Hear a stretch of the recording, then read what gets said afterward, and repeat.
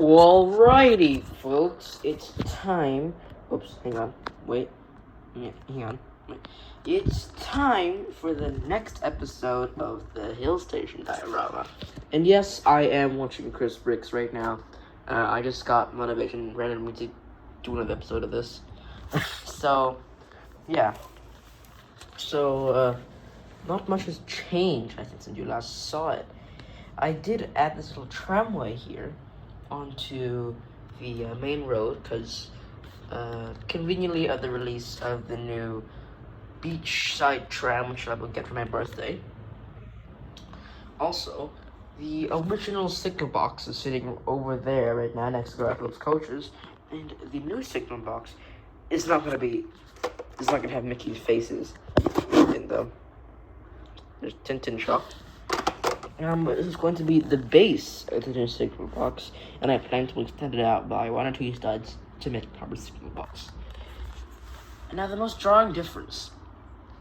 Recently, my grandfather got home from the US, and I am editing a video right now of another thing he got from me in the US, but the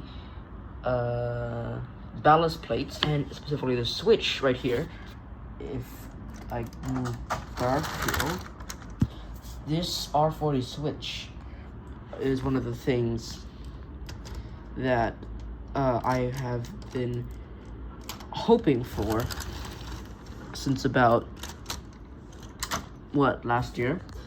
So basically the story behind why I have this switch, which is a regular Lego switch, is I didn't know that Trix Bricks has 2 different switches, one for Lego and one official Lego one and their own.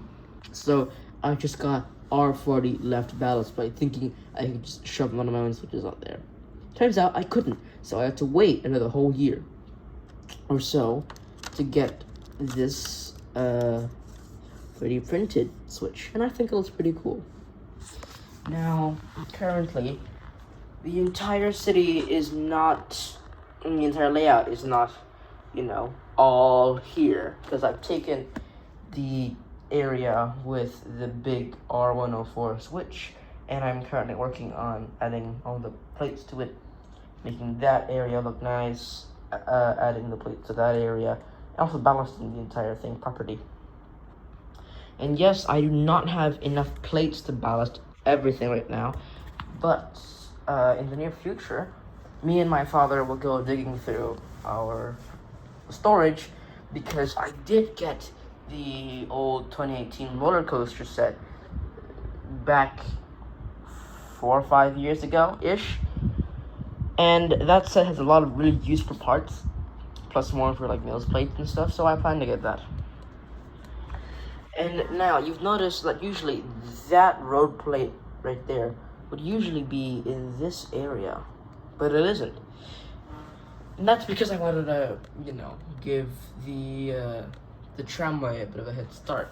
But also, I am thinking of redoing this little area between the Jazz Club and the Natural History Museum.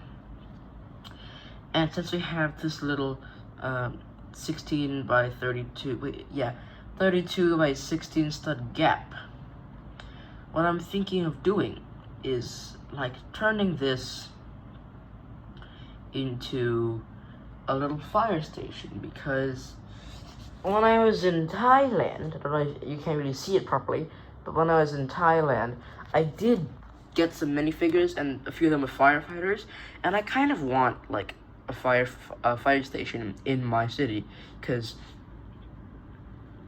what city is complete without a fire station? And yes, I'm working with a very small space here, but this is just a gap between the buildings, so it's building, gap, building. So I want to fill this gap in, and I want to utilize my space as much as possible.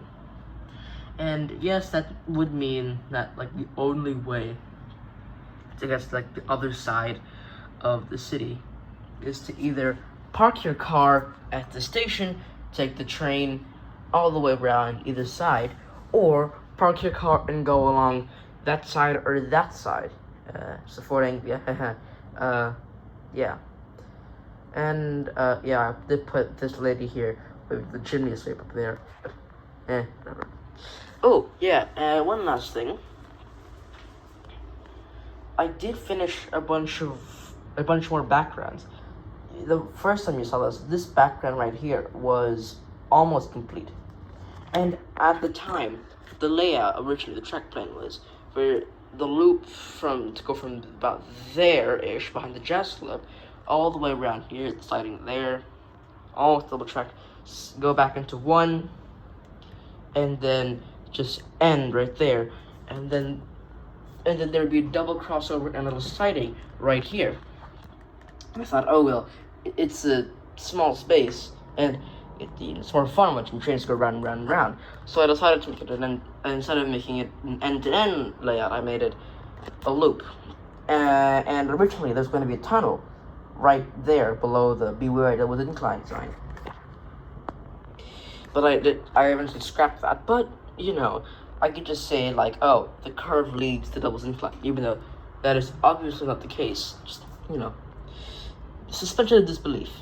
So yeah, everything's colored along with this other one, and yes, it's my old way of drawing top left. Shut up, there's no shine on it.